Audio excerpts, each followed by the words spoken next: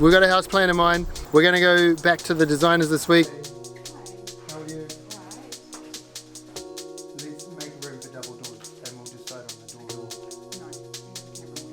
Yeah, true. This is what I want. Which dream is going to give? You've hit some wins. Hey, I'm Josh, a builder here in New Zealand, and let me introduce you to that build up there. Previously, we went unconditional on this section.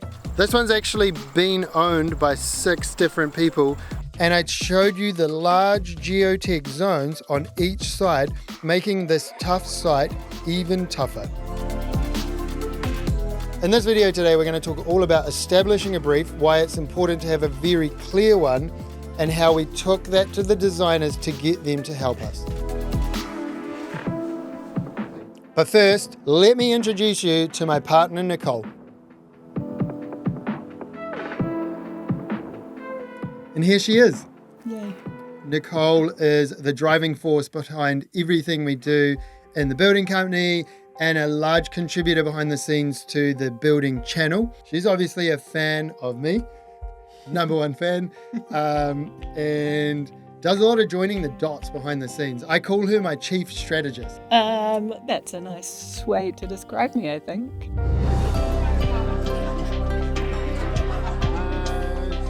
So Nicole and I are a blended family of 6. I have 2 boys. And I have 2 boys. That has its challenges, that has its ups and its downs, but basically our boys got instant brothers, and Nicole always wanted more boys in her life, didn't you? Just destined to be surrounded by beautiful men. Yeah, thanks, babe. So when I first moved in, obviously I was coming with an entire house load of stuff. Still got all that stuff in No, our I garage. don't, actually. I've been very good at getting rid of a lot of stuff. So generally when people move, they move into empty houses. I moved into a house that had a house, like it was completely inhabited. So I needed nothing. But those are my precious things that I'm trying to jam into a drawer that already has Josh's precious things in it. So Nicole came with a bunch of stuff, and we had to make room for that, except the green couch. Well, he said that because my couch is green, but that I don't think that's a big issue. No, it's uncomfortable. You can't relax on it. Well, I can. So the couch was a no-go, but you've had some wins. And she came with a couple of kids who we love and adore. So we had to make room for all of that, and we also instantly doubled the traffic and activity in the house. And you've probably seen on the videos, I made a large open plan area with a beautiful hand-laid wooden floor. That's really, really nice, but it's not conducive to 4 boys stomping around. The kids' bedrooms, they are 3x3. They're decent, but they really suit 1 kid per room. I mean, obviously these are first world problems. So when Nicole and the boys moved in, Jacob and Levi went from having a room each to moving into 1 room, bunks, yay. My boys always shared at my house. They were and still are a little bit obsessed with each other. They probably moved from 1 set of bunks to the other pretty easily, right? Yeah. I came to the realization I couldn't live without Nicole. Yeah, and I needed a house to fit all my stuff. Yeah. So we started looking at houses. Started looking at existing second-hand houses. We thought that a mutual ground fresh start would be good for both of us. We even thought about moving to Lower Hutt.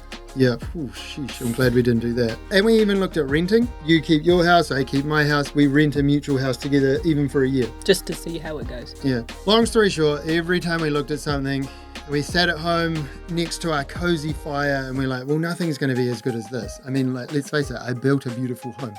And it's so warm and so dry and so quiet. It just needs a little bit more space. We love the area, we love the build, we love our community. We just needed a bigger house. Guys, I was looking at the stats the other day and 25% of you is subscribed, which is amazing. But what the heck are the other 75% of you up to? Why are you guys watching my videos and not clicking subscribe? Go ahead, click the button. It really does help us out. So we had a section in a similar area under offer about 6 months before, and we got really close.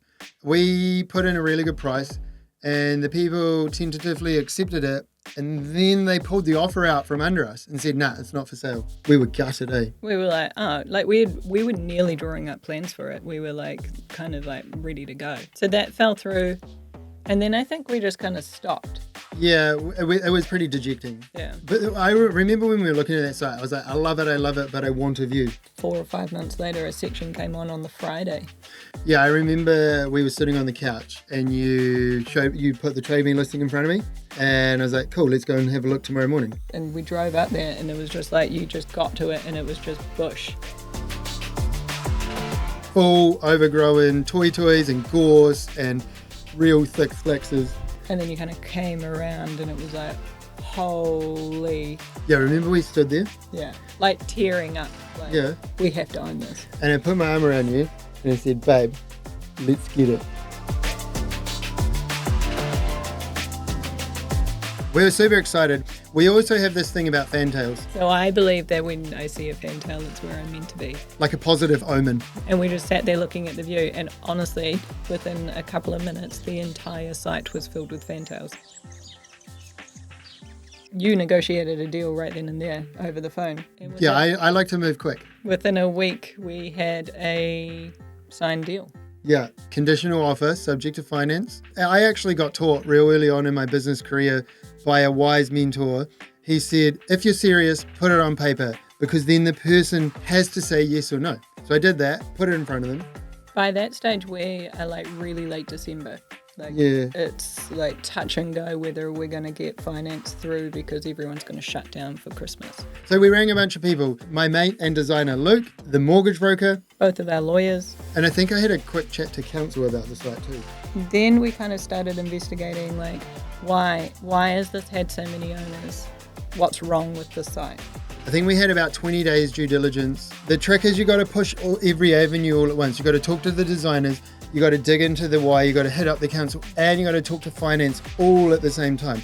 And you got to push them all forward in unison. While we're doing that digging, we're also in the background working with Kieran to get a mortgage package across the line. So then you started talking to engineers, like basically casting a wide net of like, what engineers know this site, who has been on it, what kind of soil testing is being done. Like, does anyone know anything about this site? We even talked to the neighbours. We went and knocked on the neighbour's door and said, do you know why nobody's been able to build on this site? And that's a trick I got taught really early on from my dad is like, ask, knock on the door. The worst someone can say is no, go away.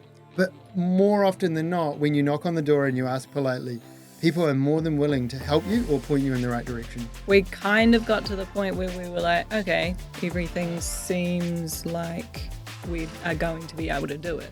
I'd managed to find an old engineering report that had soil testing, and I knew that good ground was within 2 meters. And we had talked to the council about the high slope zone and the native bush zone and given the green light to build. So then it was just finance. And then that day 20, right down to the wire, we rang the owners in the morning and said, we haven't heard anything from the bank. We don't know if it's going to go through today. Will you give us an extension? That day was also our work due. And we're canyoning. Crazily, we're dropping into a canyon at the top of Upper Hutt. Got out of the canyon, got back to Signal, and got a text from our mortgage broker saying, everything's gone through, congratulations. Not only had he got their bank approval, he had then, because he couldn't get in touch with us, he had got in touch with our lawyer, he had stitched the whole thing up, then our lawyer managed to get in touch with their lawyer. We got out of the canyon and we were not only soaking wet and freezing, but we were now unconditional on a section. And that was like 3 days before Christmas.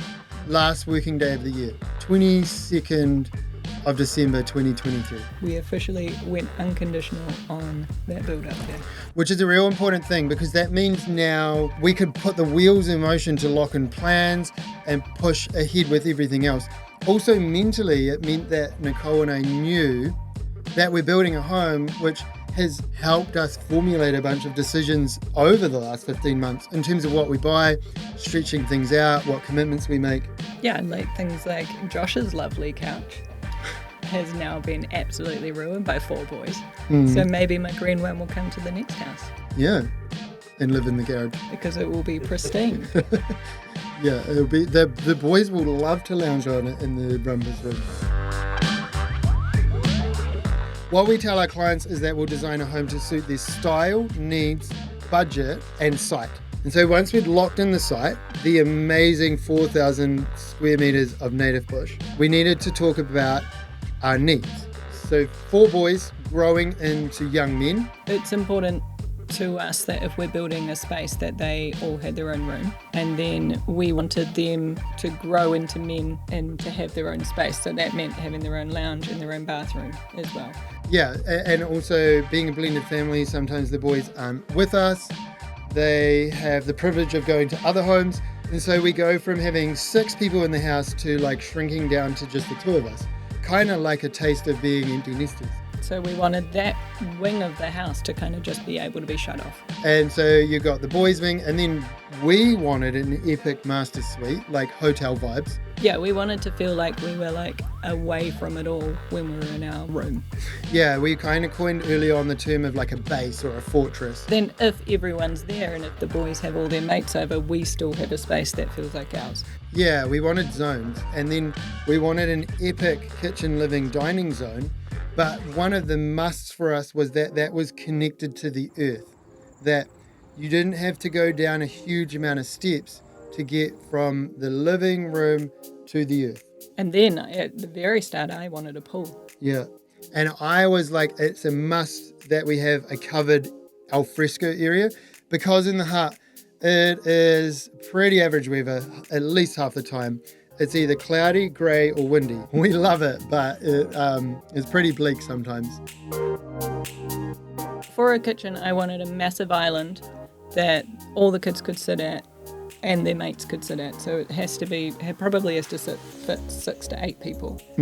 Then I wanted butlers, but it didn't have to be a huge butlers. I know everyone thinks that I'm like real anal about my butlers, but it just has to be somewhere that I can put like the air fryer, the jug. So I just wanted everything to be like away, and so like a place that I could just put it. We toyed with the idea of a bar, but we decided what's cooler than a bar is a library. 2 more must-haves was a double garage. I love cars. I want to park it in a garage, but I want it to be blocked off from the kids. No way are those kids putting their scooter or their bike past my car. And you wanted a big laundry, eh, babe? No, you wanted a big laundry. Jokes. Do you know what drives me crazy is those foldable washing lines inside. And then the other thing is when you wait for the washing machine. I want 2 washing machines side by side, and I want 2 dryers. I want a big bench, and then I wanted a huge wall. So these are some of the things I only learned when I started living on my own, is like laundry's intense, guys. It's a full-time job. Yeah, and the systematic part of me is like, right, we got to make this easier. And then very early on, Nicole put her foot down about the flooring. Well, we live currently, Josh's beautiful home that he built with so much love has a subfloor, and it's so noisy. Josh has elephant feet, and then his boys inherited his elephant feet. My 2 are quiet little mices. Darlings. So I said the next house has to be on slabs. Just for us 3, eh? Just for you guys. So before we worry about how it looks on the outside and whether it's a mono or a gable, whether it's traditional or modern, we worry about the bulk. One of the other things when you're thinking about bulk and location, you got to think about like, well, where's the road? Where's the view? Where's the sun? How is the site orientated? And where are the setbacks? So bulk and location is basically just boxes on a page starting to like hash out the overall shape of things. At a real crude level, you can list off all your wants. Double garage needs to be minimum 7 by 7. Laundry needs to be 2.4 wide by 3 meters long. Ensuite needs to be at least 2 meters wide by 3 meters deep. Kids' bedrooms need to be 3.6 by 3.6. And you can list them down, and at a real high level, you can come up with a square meterage. That is the starting point of you establishing a brief, and then that helps you engage with the builder, the designer, the engineer, and it helps you start to create a budget. If you're loving these videos but you want to know more and specifically want stuff that's going to help you with your building project, jump on our mailing list below. We would love to send you some extra information. So I've talked to you today about buying the site. I've talked to you about Nicole and blending families. and I've talked to you about how Nicole and I worked together to establish a brief for where our family is going. And I think that's really important because we started this journey a year and a half ago, and you know that kids grow so fast. And so who our kids were a year and a half ago and what they were into is so different to who they are now. It's going to take us 2 years to build this thing. So you have to establish your brief for where you're going, not where you were. So that's my first biggest takeaway for establishing a brief is think about where you're going and what you need. Why are you building? You could be coming up to retirement and you want to downsize. Like us, you want a base, a lock and leave. You could be building an investment portfolio. You could be wanting to embrace whānau living, where you get multiple generations or multiple families on one section. And then you go into some of the nuts and bolts. What size rooms do you need? You know, one of my clients right now wants an epic garage. So then we ask, well, what's going in the epic garage? If you're putting a boat in there, then how high does the garage door need to be? And how wide does it need to be? And how big is the boat? The last thing you want to do is go through this whole process thinking that you're going to have a garage big enough to put a boat in, and only to get to the end and realize that it was just a little bit too small. So you establish your brief by working out the overall big vision, and then you start working on the nuts and bolts.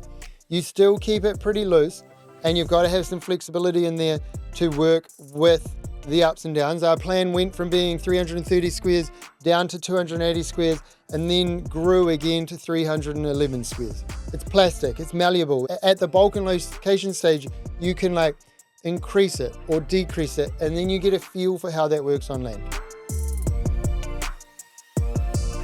Yo, you're still here, Sign Up Squad. So good. Thanks for pumping the algorithm. Hope you enjoyed today's video. Coming up in the next one, we're going to talk about clearing the site. We're going to talk about marking out the rough shape of the building and how doing that changed our design process. And we're going to talk about how I read some of the geotech reports to have confidence to buy the site in the first place. And Sign Up Squad, give Nicole a huge shout out. She was actually super nervous about coming on board. I don't know if you know, but every time I film, I have a pre-vibe checklist. It sounds crazy, right? But you got to get the vibes right. And so the pre-vibe checklist is not just for filming videos, it's for going into sales meetings. It's for having big chats. It's also for just shaking it off when you're having a bad day. It sounds real crazy, but the vibe, who you are, the energy you produce can be changed. And so whenever I film one of these videos, we start by taking a big breath. We stretch our body. And then I tell my mind that we are telling you something that you want to hear. And then we smile. And it sounds like 5 silly little things, but they're 5 things that make a huge difference. So I want you to think about what's something in your life that you can add a pre-vibe checklist to. It could be before you open that office door at work, or it could be on your drive. Have a think about even the music you listen to changes the mood and feel. And so if you want to change how you feel about something, create your own little pre-vibe checklist to get in the zone. And if you're still watching right now, comment below specifically what do you want to know about geotech. And obviously by this point you must have subscribed. If you haven't, go ahead, click the button. Not only does it help us out, but it means that every Saturday 5 p.m. you will be alerted about these epic videos.